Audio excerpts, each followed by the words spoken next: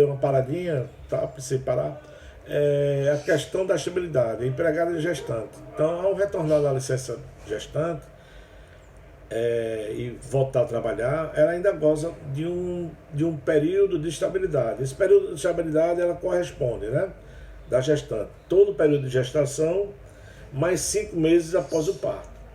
Então, quando ela retorna, ela ainda goza de uma estabilidade, que corresponde aos 5 meses após o parto. Tá certo? Ela já teve neném, porque ela só vai retornar quando ela tem o neném. E a partir que ela tem o neném, começa a contar os 5 meses. Tá certo? Então, durante esse período de estabilidade, ela não pode ser demitida. Durante a gestação e 5 meses após o parto. O diretor sindical, ele também não pode ser demitido. É um membro da CIPA, falo membro da CIPA eleito pelos empregados, não aqueles indicados pela empresa. Convenção inicia da categoria. Deve-se observar os prazos e os períodos. Então, algumas convenções estabelecem prazos de estabilidade, principalmente quando se está se tratando de negociação coletiva, que a gente chama-se período de negociação coletiva. Então, o empregado ele não pode ser demitido durante esse período. Professor, né? O professor, eu estou dando um exemplo aqui do professor, ele goza de alguma estabilidade quando, no caso, o semestre em andamento ele não pode ser demitido, tá? Ou no caso do professor do ensino fundamental, ensino médio e educação infantil, durante o ano letivo ele goza de alguma estabilidade durante esse período, tá? O ano letivo iniciado, 50% que ele teria direito a receber no semestre. Auxiliar administrativo, funcionário do administrativo, eu falo das escolas, tá? Ele goza de um período de estabilidade, abril e junho. O bancário, ele no mês de setembro, que é o período da negociação coletiva, ele não pode ser demitido no mês de setembro.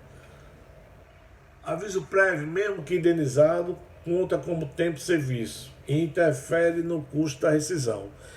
A empregada que fica grávida no período do aviso prévio, mesmo que ele seja indenizado, tá? Engravidou naquele período do aviso prévio indenizado, ela passará a ter a estabilidade.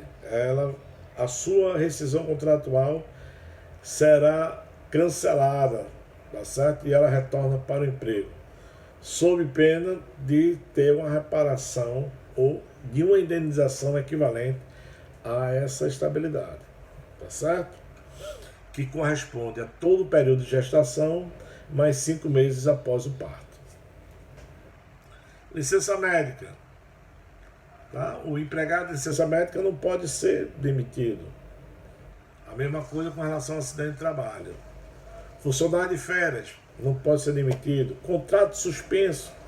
Empregado com contrato suspenso, agora em época de pandemia, vários contratos de algumas empresas com seus empregados foram suspensos. O empregado goza de estabilidade. Ao retornar dessa suspensão, ele ainda vai gozar de estabilidade do mesmo período correspondente em que ele ficou afastado. Rotinas, controle de frequência, que pode ser manual, mecânico e eletrônico. No caso do ponto eletrônico, o espelho de ponto sem assinatura. Hoje, não é mais obrigado constar mais a assinatura do espelho de ponto. Tá certo? Mas, além do controle, era necessário ter a assinatura do empregado ratificando o que foi registrado naquele espelho de ponto. Eu ainda aconselho, né, as empresas a colher a assinatura dos seus funcionários do espelho de ponto. É bom ter. A lei muda, né, do dia para a noite, e aí? A importância do controle de frequência.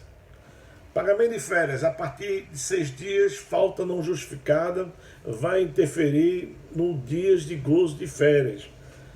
Tá? Quando eu falo da importância da frequência, eu falo com relação a isso, né? Então, se o empregado falta e não justifica, vai interferir no dias de gozo de férias. Pagamento de descanso semanal remunerado, faltou na semana, além dos com um dia faltoso, vai interferir também no pagamento do descanso semanal remunerado. Se ele faltou na semana, ele não terá o descanso semanal remunerado. Atestado médico e declaração de comparecimento. Voltando aí para a questão das faltas, né? O empregado que falta 4 dias no mês, em semanas diferentes, ele além das 4 faltas, ele terá desconto também de 4 descansos semanal remunerado. Se ele faltar, aí são 8 faltas. Se ele faltar 4 dias durante a semana sem apresentar justificativa, tá, gente? Ele terá os 4 dias de falta, mais um dia de descanso semanal remunerado. Tá bom? Atestado médico e declaração de comparecimento. O atestado médico, concílio da doença e os dias de dispensa. Declaração de comparecimento é a justificação da ausência, que evita uma dispensa por justa causa, mas não significa dizer que é o abono da falta para efeito de pagamento daquele dia ou daquelas horas que ele ficou ausente.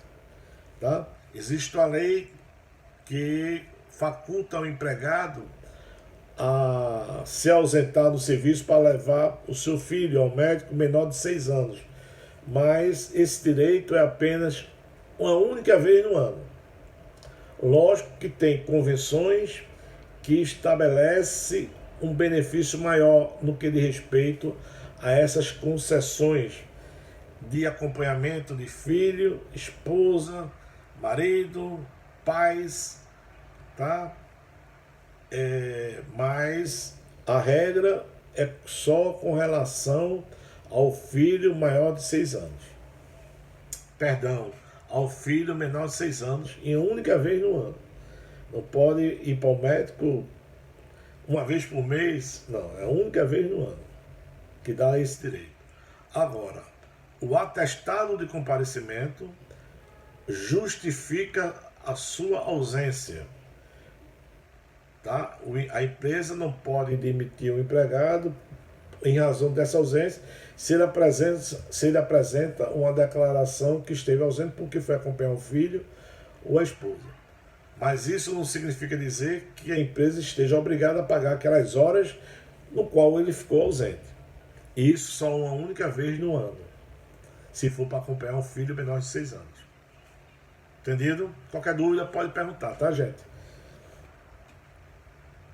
Declaração de acompanhamento médico, filho menor, marido, esposa, observar as convenções de tecido coletivo da categoria, é o que eu acabei de falar. Atestado até 15 dias, aí tem 30 dias, tá? Essa observação aí você coloque o atestado médico 15 dias, até 15 dias é a obrigação da empresa. Passado de 15 dias, tá?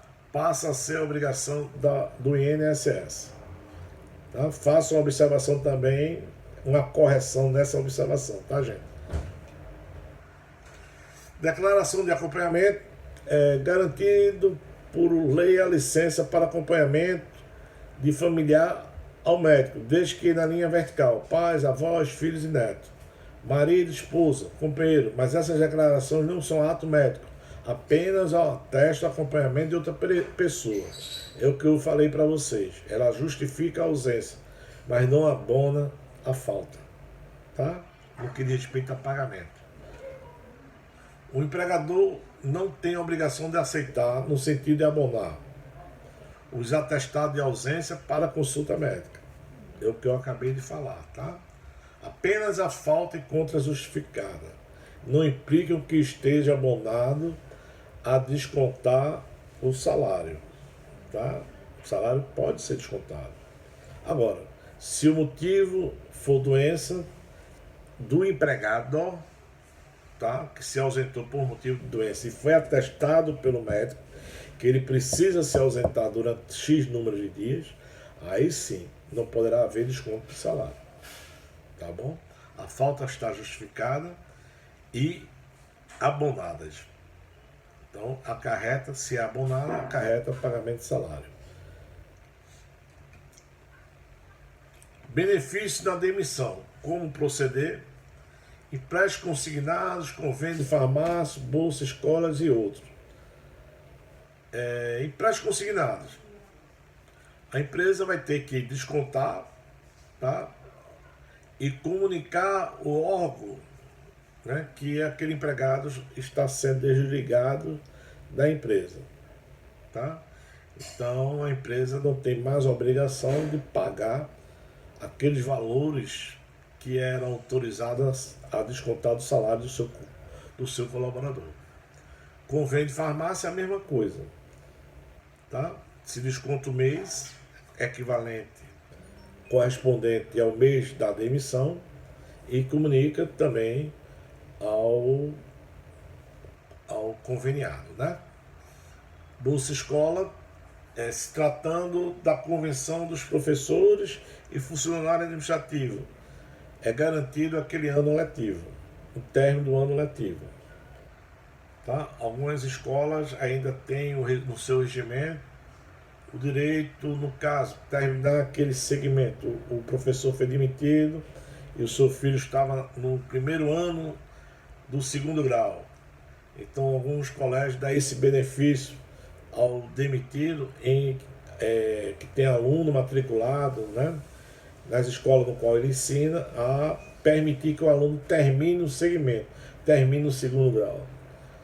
Tá certo? Isso aí é muito comum em algumas escolas. E outros, né?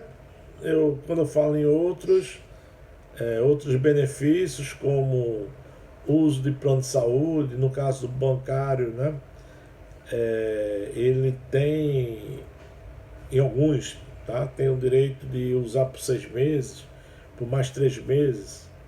Aí depende de empresa para empresa, de benefício para benefício concedido pela empresa.